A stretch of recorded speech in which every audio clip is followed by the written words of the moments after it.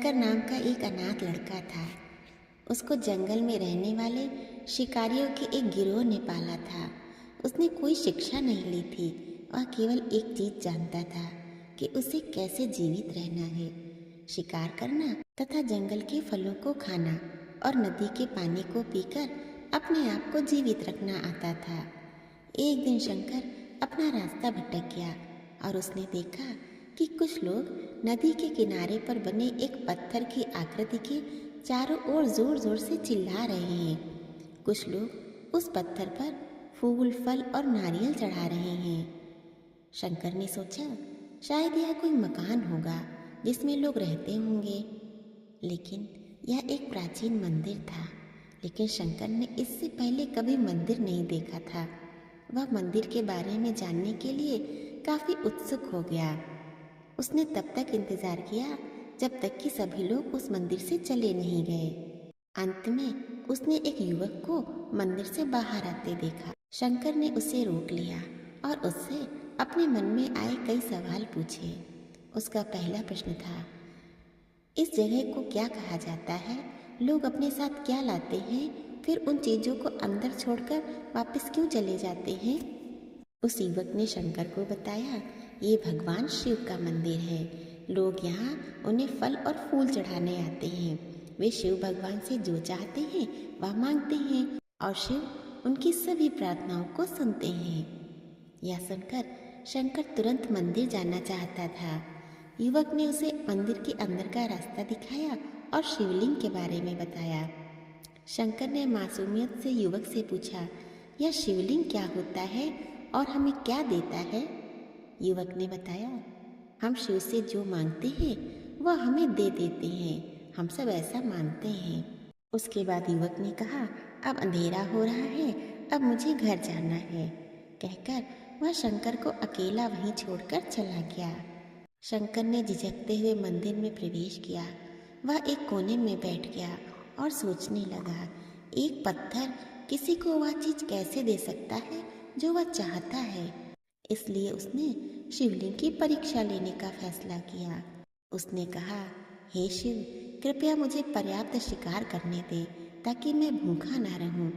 मेरे पास आपको चढ़ाने के लिए कोई फल या फूल नहीं है, लेकिन यदि आप मुझे शिकार देते हैं तो मैं उसे आपके साथ साझा करूंगा। मैं वादा करता हूँ, मैं आपको धोखा नहीं दूंगा। अगली सुबह शंकर शिकार करने गया। उसने पूरे दिन शिकार की तलाश की, लेकिन उसे कोई शिकार नहीं मिला। वह भूख से तिलमिला रहा था। वह काफी निराश हो गया क्योंकि उसे कोई शिकार नहीं मिला था। दोपहर हो चुकी थी।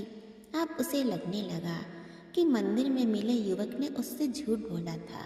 फिर भी शंकर ने शिकार जारी रखा। जैसे ही शाम हुई, उसने 2 खरगोशों को अपने बिल में से आते देखा। शंकर ने उन खरगोशों का शिकार कर लिया, क्योंकि शंकर ने भगवान शिव से वादा किया था वह अपने शिकार को साझा करेगा। इसलिए शंकर मरे हुए खरगोशों में से एक को मंदिर में साथ लेकर गया। देर हो चुकी थी। मंदिर सुनसान था। शंकर ने मंदिर में प्रवेश किया और जोर से कहा, हे शिव, कृपया आइए और अपना हिस्सा ले जाइए। प्रभु, आपके लिए मैं लाया हूँ। शंकर वहाँ बैठ गया और अंधेरा होने तक प्रतीक्षा करने लगा, लेकिन भगवान प्रकट नहीं हुए। शंकर को भूख और नींद आने लगी, तो उसने खरगोश को मंदिर में छोड़ने का फैसला किया। अगली सुबह जब लोग मंदिर पहुंचे तो उन्हें शिवलिंग के सामने मरा हुआ खरगोश मिला। सारे भक्त बहुत परेशान हो गए कि ये यहाँ कौन लाया है? उसने हमारे मंदिर को अपवित्र करने की हिम्मत कैसे की? खरगोश को बाहर फेंक दिया गया। अगले दिन शंकर अपनी भूख मिटाने के लिए जंगल में शिकार करने गया, लेकिन इस बार उसकी किस्मत अच्छी नहीं थी। उसे कोई शिकार नहीं मिला।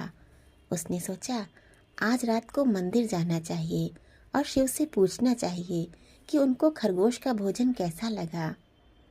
शंकर यह पूछने के लिए मंदिर गया।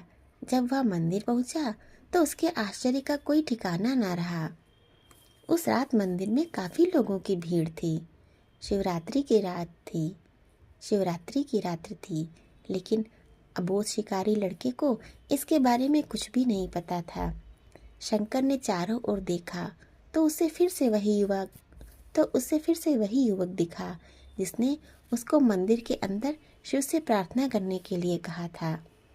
क्योंकि शंकर को इतने सारे लोगों के आसपास रहने की आदत नहीं थी, इसलिए उसने वहीं रुकने का फैसला किया और पास के एक बेल के पेड़ पर चढ़ गया। यह एक लंबा इंतजार था। समय बिताने के लिए उसने पेड़ से पत्ते तोड़कर जमीन पर फेंकना शुरू कर दिया। उस पेड़ के नीचे एक छोटा सा शिवलिंग था जिसकी पूजा लंबे समय से नहीं की गई थी। शंकर के द्वारा फेंके गए बेल के पत्ते उस शिवलिंग पर गिरे। शंकर मंदिर में बज रहे भजनों से मंत्रमुग्ध हो गया और धीरे धीरे सात गाना और पंचाक्षरी मंत्र का जाप करना शुरू कर दिया। ओम नमः शिवाय, ओम नमः शिवाय। रात भोर में बदल गई और सभी भक्त मंदिर से चले गए। अब शंकर पेड़ से उतरा और मंदिर में प्रवेश किया। उसने देखा कि शिवलिंग की आंखों पर लाल निशान थे। वे कुमकुम के थे जो लोगों ने लगाए थे, लेकिन शंकर को यकीन था कि शिव को उनकी आंखों में परेशानी हो रही है। उसने सोचा, शिव जी यहाँ अकेले रहते हैं और बीमार होने पर उनकी देखभाल करने वाला कोई नहीं है। जब तक भक्त उनसे मिलने नहीं आते, उन्हें भोजन भी नहीं मिलता है। शंकर ने एक रात पहले भक्तों को शिवलिंग पर जल चढ़ाते देखा था। प्रभु को ठंड लग रही होगी, शायद वे कांप रहे हैं। शंकर ने सोचा, आखिरकार वे केवल पत्तियों से ही ढके हुए हैं। उसने शिव से पूछा, मैं आपकी क्या मदद कर सकता हूँ? कुछ खाना या दवा? मैं आपकी सेवा कैसे कर सकता हूँ? शिव ने उसे कोई उत्तर न दिया। शंकर ने सोचा, भगवान वास्तव में बहुत बीमार हैं, क्योंकि वह अब उत्तर देने में भी असमर्थ हैं। शंकर तुरंत जंगल में गया, कुछ औषधियाँ, जड़ी बूटियों को लाया और लाल निशान पर उनका लेप लगाया, लेकिन कुछ नहीं हुआ।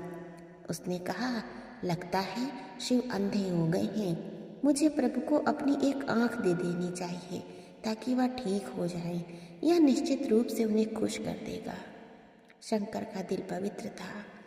उसने वहां शिव के हाथ में रखे त्रिशूल को उठाया और त्रिशूल को अपनी दाहिनी आंख की ओर ले गया और अपनी आंख को निकालने का प्रयत्न किया। शंकर अनपढ़ था। उसे मंत्रों या पूजा के उचित तरीकों का कोई ज्ञान नहीं था, लेकिन उसकी भक्ति की कोई सीमा नहीं थी। जैसे ही वह अपनी आंख निकालने वाला था, शिव अपनी पत्नी पार्वती के साथ प्रकट हुए।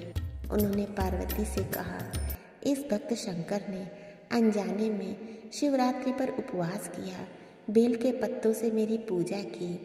मैं अपने इस भक्त पर काफी प्रसन्न हूँ। भगवान भोलेनाथ ने शंकर से कहा, लोग मुझसे हर समय झूठे वादे करते रहते हैं और कुछ न कुछ मुझसे मांगते रहते हैं, पर जैसे ही उन्हें मुझसे मांगी चीज मिल जाती है तो वे मुझे भूल जाते हैं। दूसरी ओर तुमने मेरे साथ एक सच्चे इंसान की तरह व्यवहार किया और यह वास्तव में बहुत ही दुर्लभ है। अब से तुम मेरे इस संसार में सबसे बड़े भक्त माने जाओगे और तुम्हारा नाम मेरे साथ सदा जुड़ा रहेगा। तुम कई सदियों तक जीवित रहोगे। इस बात को कहकर भगवान शिव व माँ पार्वती अंतर ध्यान हो गए। तभी से लोग शिव के साथ शंकर भी लगाने लगे।